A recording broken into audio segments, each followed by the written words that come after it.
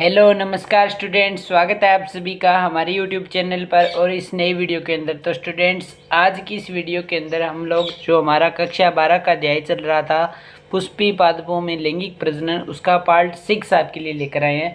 तो आज की इस वीडियो के अंदर हम लोग गुरु बीजाणु जनन के और भ्रूण कोश के बारे में बात करेंगे। तो उससे पहले अगर आप चैनल पर पहली बार आए तो चैनल को ज़रूर से सब्सक्राइब करिएगा। वीडियो पसंद आती है तो वीडियो को लाइक करिएगा। तो स्टूडेंट्स, बिना किसी देरी के वीडियो को शुरू करते हैं। तो सबसे पहले जानते हैं कि गुरु बीजाणु जनन होता क्या है। गुरु बीजाणु मात्र कोशिकाओं से गुरु बीजाणु की रचना के प्रक्रम को गुरु बीजाणु जनन कहते हैं। गुरु बीजाणु मात्र कोशिकाएं होती है, वो विभाजन करके गुरु बीजाणु का निर्माण करती है। ठीक है, इस प्रक्रम को ही क्या कहते हैं? गुरु बीजाणु जनन कहते हैं। अब बात करेंगे कि स्त्री युग्मकोद्भिद क्या होता है।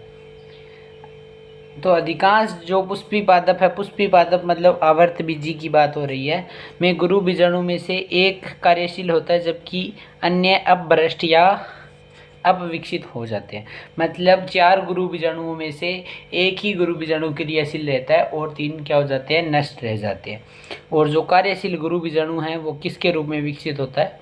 भ्रूण कोश के रूप में विकसित होता है। तो अब बात करते हैं भ्रूण कोश की, जो कि मोस्ट इम्पोर्टेंट टॉपिक बन जाता है। एग्जाम में भी बहुत पूछा जाता है ये, और वैसे भी बहुत इम्पोर्टेंट टॉपिक है। तो चलिए भ्रूण कोश के बारे में पढ़ते हैं।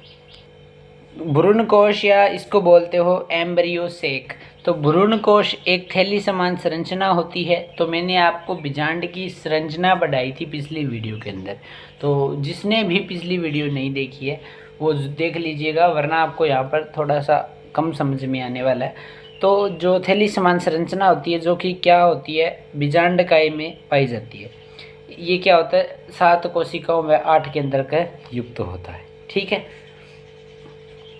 7 कोशिकाओं व 8 केंद्रक युक्त होता है। बीजांड द्वार की तरफ जो बड़ी कोशिका होती है उसे क्या बोलते हो?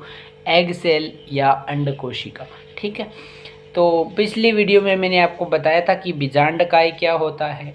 ठीक है, और आपका भ्रूण कोश के बारे में नहीं बताया था, बीजांड के बारे में मैंने आपको बताया था। तो वहाँ पर मैंने बीजांडकाय के बारे में बताया था, उससे जुड़ी हुई शब्दावली के बारे में मैंने आपको बताया था। तो ज़रूर से पिछली वीडियो देख लीजिएगा। तो जो बीजांड द्वार की तरफ स्थित होती है वो बड़ी कोशिका, वो क्या होती है? अंड कोशिका या एग सेल होती है। और अंड कोशिका के दोनों ओर क्या होती है? सहायक कोशिका स्थित होती है। ये मैं अभी आपको डायग्राम शो करूँगा, पूरी तरीके से अच्छी तरीके से समझ में आ जाएगा। अंड कोशिका के दोनों ओर क्या होती है? सहायक कोशिका। बीजांड द्वार के विपरीत सिरे पर भ्रूण कोश में कोशिकाओं का क्या होता है? समूह होता है, जिसे क्या कहा जाता है? प्रतिमुखी कोशिका कहा जाता है। मतलब जो बीजांड द्वार की तरफ कोशिका कौन सी थी? अंड कोशिका। अंड कोशिका और सहायक कोशिका के जो विपरीत सिरा, उसके सामने वाले सिरे पर क्या होती है? प्रतिमुखी कोशिका या एंटीपोडियल सेल बोलते हो, होती है। भ्रूण कोश के मध्य में एक बड़ी कोशिका होती है, जिसे क्या कहते हैं? ध्रुवीय कोशिका कहते हैं। ध्रुवीय कोशिका में 2 केंद्रक होते हैं, 2 केंद्रक होते हैं। अब देख लेते हैं कि भ्रूण कोश का परिवर्तन कैसे होता है। तो देख लीजिए, अब आपको पूरा समझ में आ जाएगा। तो सबसे पहले भ्रूण कोश में 2 कोशिकाएं होती है, फिर उनमें क्या होता है? विभाजन होकर ये 4 बन जाती है, समसूत्री।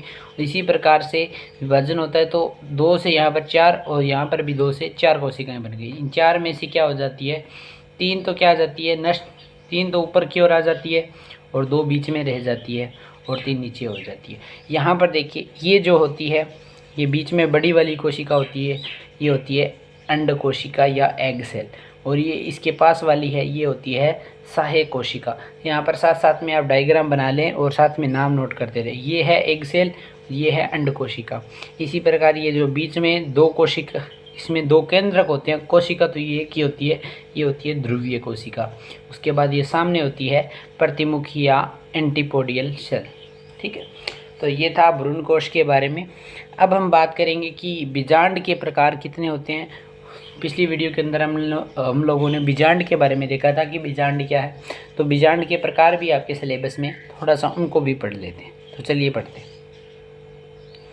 बीजांड के प्रकार। तो दोस्तों बीजांड वास्तविक रूप से 5-6 प्रकार का होता है, लेकिन हम आज एक ही प्रकार के बारे में डिस्कस करने वाले हैं और 5 प्रकार के बारे में अगली वीडियो के अंदर हम डिस्कस करेंगे। तो रिजु प्रकार का या ऑर्थोट्रोपस बोलते हो इसे। ऑर्थोट्रोपस प्रकार के बीजांड में क्या होता है, इस प्रकार के बीजांड में बीजांड वृंत, बीजांड द्वार, निभाग और तीनों ही क्या होते हैं, एक सीधी रेखा में स्थित होते हैं। इसका उदाहरण है पॉलीगोनेसी। पॉलीगोनेसी एक फैमिली है, एक कुल है। इस कुल के जितने भी सदस्य हैं वो इस प्रकार के बीजांड रखते हैं। तो देखते हैं, इस डायग्राम से आपको पूरी तरह से समझ में आ जाएगा। तो ये क्या है, माइक्रोपाइल या बीजांड द्वार है, और इसके ठीक सीध में देखोगे तो आप ये निभाग या चिलेजा है, और इसके ठीक सीध में आप देखोगे बीजांड वृंत है। तो ये तीनों क्या है, 180 डिग्री एंगल पर है, 90 डिग्री एंगल पर है, बिल्कुल एक सीध में है। तो ये हो गया रिजु प्रकार का बीजांड। इसी प्रकार से प्रतीप प्रकार का बीजांड, अर्ध प्रतीप प्रकार का बीजांड, इन सब के बारे में हम डिस्कस करेंगे आगे आने वाली वीडियो के अंदर। तो आज की इस वीडियो के अंदर है बस इतना ही। उम्मीद करता हूँ आपको ये वीडियो पसंद आई है होगी। अगर आपको ये वीडियो पसंद आई है तो कृपया वीडियो को लाइक करिएगा। चैनल पर पहली बार आए चैनल को सब्सक्राइब करिएगा। मिलते हैं आपसे अगली वीडियो के अंदर, तब तक के लिए जय हिंद जय भारत।